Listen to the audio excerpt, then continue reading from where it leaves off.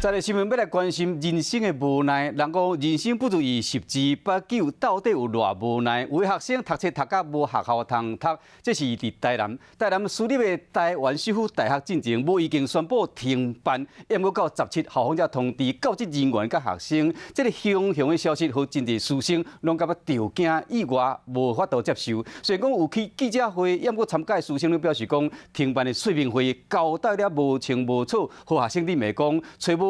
对应科系只能为1年开始停读，这根本是浪费时间。这么重要停办停招的说明会可以突然召开呢？程序上就不可以啊！我只是来当老师，不是来当受气包的。台湾首府大学教职员徛伫会议室，愈讲愈生气。他们都需要自食其力呢，自己背贷款，自己缴学费，然后很焦虑问我说：“老师怎么办？怎么办？”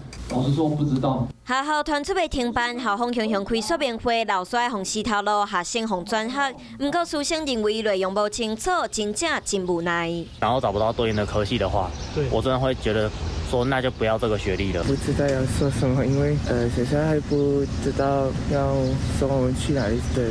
台湾首府大学17号校方雄雄公告全校要停办，按算8月进前资遣所有教职员，1年资发出3到6个月本薪的资遣费，全校881位学生转学。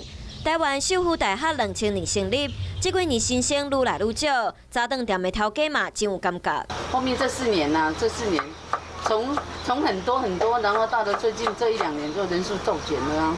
校长张小忠表示，这是因为即马现有的处境，停办嘛是不得已的选择，希望各界会当谅解。不过对师生来讲，校方雄雄做决定，了后安怎处理才会妥当，这是外界关心的焦点。